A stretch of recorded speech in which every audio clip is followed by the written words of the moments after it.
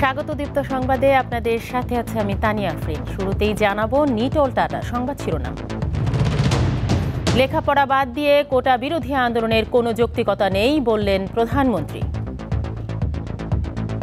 আজকে আন্দোলনের নামে যেটা আবার করা হচ্ছে, পড়াশোনার সময় নষ্ট করা, এটারও কোনো যৌক্তিকতা আছে বলে আমি মনে করি না। সারা দেশে শিক্ষার্থীদের বাংলা ব্লকেড কর্মসূচি শুরু, বিভিন্ন স্থানে অবরোধ, ঢাকায় তীব্র যানজট।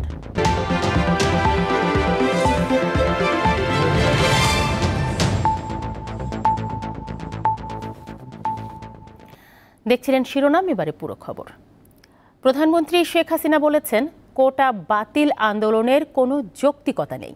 আন্দোলনের নামে যা করা হচ্ছে তার যৌক্তিকতা আছে বলে মনে করেন না সরকার প্রধান। সকালে গণভবনে যুব মহিলা লীগের প্রতিষ্ঠাবার্ষিকী উপলক্ষে আলোচনা সভায় কথা বলেন তিনি। শেখ হাসিনা বলেন, কোটা পদ্ধতি বন্ধ করা হয়েছিল, কিন্তু হাইকোর্টের রায়ে ফের তা বহাল হয়েছে। এ সময় প্রধানমন্ত্রী আরও বলেন, রাজনীতিবিদ সহ সবার সর্বজনীন পেনশন স্কিমে যুক্ত হওয়া দরকার। অনুষ্ঠানে যুব মহিলা লীগের ওয়েবসাইটের উদ্বোধন করেন প্রধানমন্ত্রী শেখ হাসিনা। ছেলেমেয়েরা লেখাপড়া বাদ দিয়ে এখন কোটা বিরোধী আন্দোলন করে, সেখানে মেয়েরাও করে।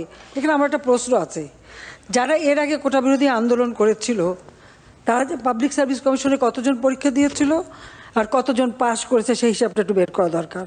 আর হাইকোর্টের রায়, এটার বিরুদ্ধে এভাবে আন্দোলন করা, এটা তো সাবজুডিস, কারণ আমরা সরকার থেকে কিন্তু এভাবে কোনো কথা বলতে পারি না, কারণ হাইকোর্ট রায় দিলে সেখানে হাইকোর্ট থেকেই আবার আসতে হবে। কিন্তু আজকে আন্দোলনের নামে যেটা আবার করা হচ্ছে, পড়াশোনার সময় নষ্ট করা, এটারও কোনো যৌক্তিকতা আছে বলে আমি মনে করি না। প্রধানমন্ত্রী শেখ হাসিনা পরে ঢাকা সেনানিবাসে আয়োজিত প্রেসিডেন্ট গার্ড রেজিমেন্ট পিজিআর-এর ৪৯তম প্রতিষ্ঠাবার্ষিকীর অনুষ্ঠানে যোগ দেন। এ সময় দেয়া বক্তৃতায় তিনি নিজের জীবন খুবই ঝুঁকিপূর্ণ বলে মন্তব্য করেন। যারা প্রধানমন্ত্রীর নিরাপত্তায় নিয়োজিত তারাও যথেষ্ট ঝুঁকি নিয়ে কাজ করে থাকেন বলেও উল্লেখ করেন প্রধানমন্ত্রী শেখ হাসিনা। জীবনের ঝুঁকি নিয়ে নিষ্ঠার সঙ্গে দায়িত্ব পালনের জন্য পিজিআর-এর প্রতি কৃতজ্ঞতা প্রকাশ করেন সরকার প্রধান। আরও বলেন, কারো রক্তচক্ষুকে ভয় করে না বাংলাদেশ। এ দেশকে আর কেউ পেছনে টানতে পারবে না। নিরাপত্তা বিষয়ক উপদেশ যে গুরুদায়িত্ব অর্পণ করেছে তা আমাদের সুধীমণ্ডলী। এখন আমরা ইচ্ছা করলে নিজেরাও পারি, সেটা আমরা প্রমাণ করে আজকে বিশ্বে সেটা দেখিয়েছি। বাংলাদেশ ক্ষুধামুক্ত, দারিদ্র্যমুক্ত, উন্নত, সমৃদ্ধ, আধুনিক প্রযুক্তি জ্ঞান সম্পন্ন বাংলাদেশ, যে বাংলাদেশ স্মার্ট বাংলাদেশ হবে ইনশাল্লাহ।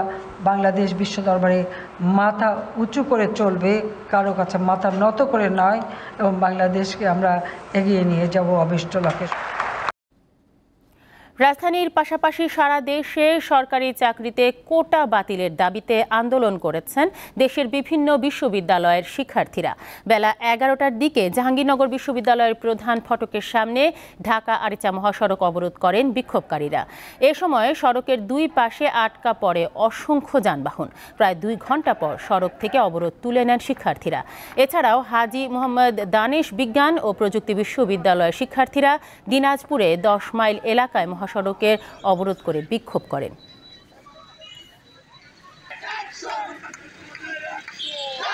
কিছু সুবিধাপ্রাপ্ত শ্রেণী আসলে এই কোটার বিষয়গুলো ভোগ করে। বিশেষ করে আপনি দেখবেন যে মুক্তিযুদ্ধ কোটা যেটাকে বহাল রাখা হয়েছে, সেই মুক্তিযুদ্ধ কোটার অনেক শতাংশই আসলে মুক্তিযোদ্ধার নাতি নাতনিরা ভোগ করছেন। আমরা মনে করি নাতি নাতিদের আসলে মুক্তিযোদ্ধার সেই কোটা ভোগ করার কোনো আসলে অধিকার নাই। সর্বোচ্চ মুক্তিযুদ্ধের সন্তানি পর্যন্ত সেটা ভোগ করতে পারে। যে কোনো চাকরির ক্ষেত্রে বৈষম্য শিকার হতে হচ্ছে। আপনি যদি প্রাইমারি নিয়োগের ক্ষেত্রে যান, 60% নারী কোটা, সব কিছু মিলে দেখা যায় যে 80%-এর উপরে কোটা থাকে। আবার হচ্ছে যে প্রথম এবং দ্বিতীয় শ্রেণীর চাকরিতে মুক্তিযোদ্ধা কোটা 30%, সব কিছু মিলে 56% কোটা। তাহলে বাংলাদেশের এই স্বাধীন দেশে আজকে এই বৈষম্যের শিকার আমরা কেন? বৈষম্যের বিরুদ্ধে বাংলাদেশে ধরেন কোন সব চাকরিতে 56 থেকে একদম 97% পর্যন্ত চাকরিভেদে কোটা আছে। এটা তো এক ধরনের মেটা। আমরা আশা রাখছি এখনো পর্যন্ত যে আমরা আমাদের এই দাবি দাওয়া যেগুলো আছে ওগুলো আমরা সঠিকভাবে পালন পাবো, আমরা আশা করছি এই ব্যাপারে। সরকারি চাকরিতে কোটা পদ্ধতি সংস্কারের দাবিতে কিছুক্ষণের মধ্যেই বাংলা ব্লকেট কর্মসূচি শুরু করার কথা আন্দোলনকারীদের। এই বিষয়ে বিস্তারিত জানাতে রাজধানীর শাহবাগ এলাকা থেকে সরাসরি যুক্ত হচ্ছেন আমাদের সহকর্মী আসিফ জামান। আসিফ, বেলা ৩টা থেকে তো কর্মসূচি শুরু করার কথা রয়েছে। আন্দোলনকারীরা কি কর্মসূচিতে অংশ নিতে এসেছেন সেখানে?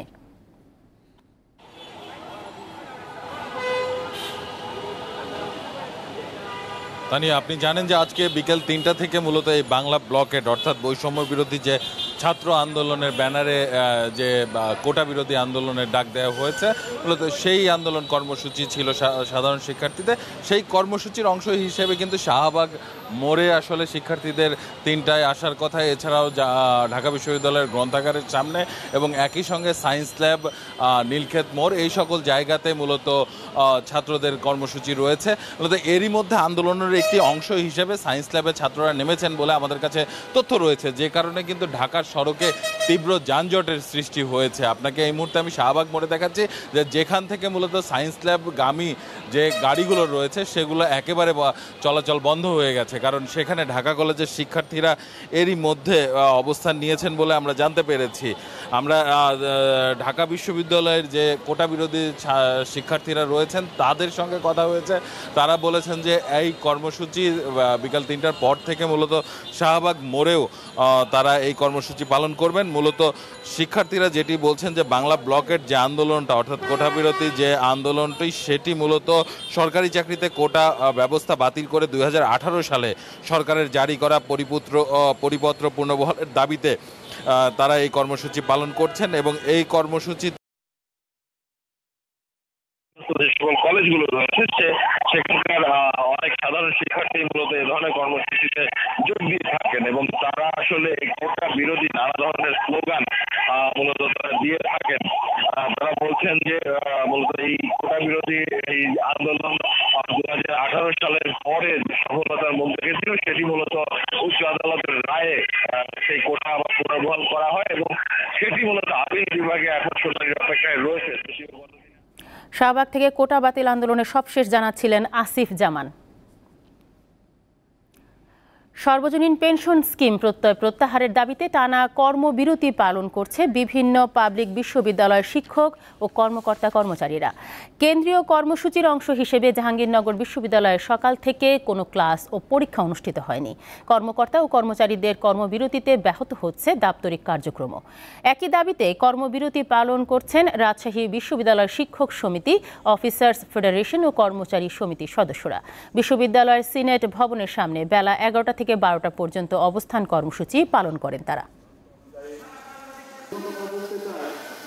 দাবি নয়, এটা একটা যৌক্তিক দাবি যে আমরা একটা পেনশন ব্যবস্থার মধ্যে আছি, সেই পেনশন ব্যবস্থার মধ্যে অন্য একটা জিনিস ঢুকাই দিয়ে বৈষম্য সৃষ্টি করা, যেটা বিশ্ববিদ্যালয়ের শিক্ষকরা মেনে নিবে না। ততক্ষণ পর্যন্ত আমাদের দাবি আদায় না হবে ততক্ষণ পর্যন্ত এই কর্মসূচি চলতেই থাকবে। ভারতের জন্যই ক্ষমতায় টিকে আছে আওয়ামী লীগ। ভারত এখন আওয়ামী লীগের এনার্জি ড্রিঙ্ক হিসেবে কাজ করছে। রাজধানীর নয়াপল্টনে বাংলাদেশ হিন্দু বৌদ্ধ খ্রিস্টান ফ্রন্টের ঢাকা মহানগরীর সম্মেলনে এ কথা বলেন বিএনপির সিনিয়র যুগ্ম মহাসচিব রুহুল কবির রিজভী।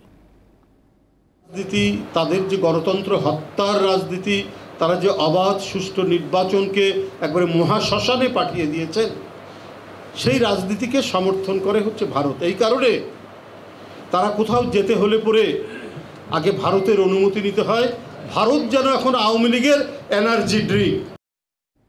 কুড়িগ্রামের বন্যা পরিস্থিতির আরও অবনতি হয়েছে। প্লাবিত হচ্ছে নতুন নতুন এলাকা।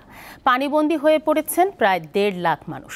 ব্রহ্মপুত্র, ধরলা ও দুধকুমারের 6টি পয়েন্টে পানি বিপদসীমার ওপর দিয়ে প্রবাহিত হচ্ছে।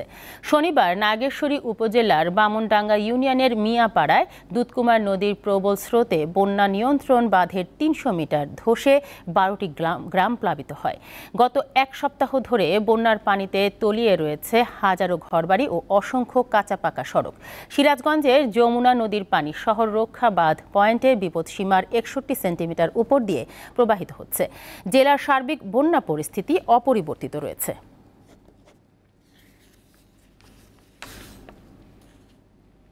পরিবেশের সাথে পরিবেশের পাশে এ স্লোগানকে সামনে রেখে স্কয়ার টয়লেট্রিজ লিমিটেড জাতীয় বৃক্ষ মেলায় প্রকৃতি প্রেমীদের সামনে হাজির হয়েছে সম্পূর্ণ প্রাকৃতিক উপাদান দিয়ে তৈরি সেনোরা বায়ো ও জিরোক্যাল স্টেভিয়া নিয়ে। গত 5 জুন শুরু হওয়া জাতীয় বৃক্ষ মেলায় স্কয়ার টয়লেট্রিজ লিমিটেডের স্টল থেকে ক্রেতারা সেনোরা বায়ো এবং জিরোক্যাল স্টেভিয়া কিনলে উপহার স্বরূপ পাচ্ছেন বিভিন্ন ঔষধি গাছ ও স্টেভিয়া গাছের চারা। প্রকৃতিকে সুন্দর রাখতে এবং মানুষের জীবনমান উন্নত করতে স্কয়ার টয়লেট্রিজ লিমিটেড প্রাকৃতিক উপাদান দিয়ে নতুন নতুন পণ্য বাজারে নিয়ে আসছে, যার ফলে সর্বসাধারণের কাছে পণ্যগুলো আস্থার প্রতীকে পরিণত হয়েছে।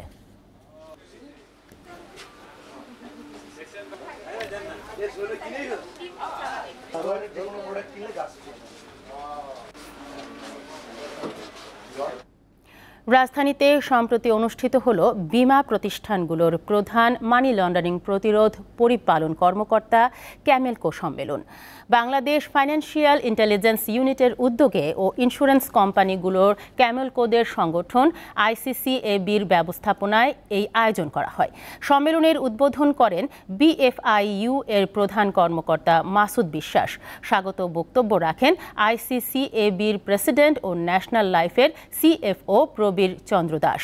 সভাপতিত্ব করেন BFIU এর উপপ্রধান রফিকুল ইসলাম।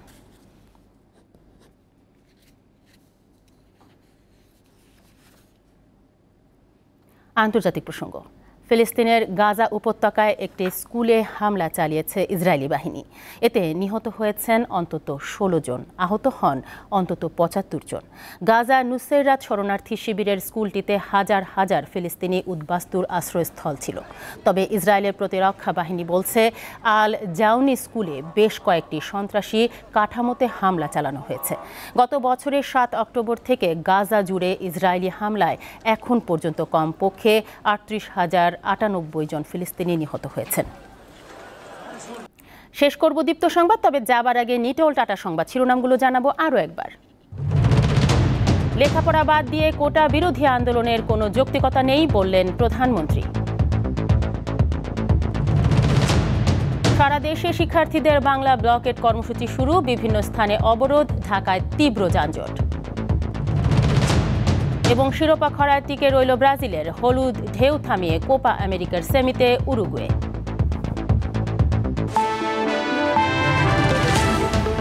এই ছিল এখনকার মতো। আমাদের পরবর্তী সংবাদ বিকেল 5টায়। দর্শক, আরও তথ্য ও বিনোদনের খবর পেতে যুক্ত থাকুন দীপ্ত ডিজিটাল প্ল্যাটফর্মগুলোতে। ধন্যবাদ সবাই।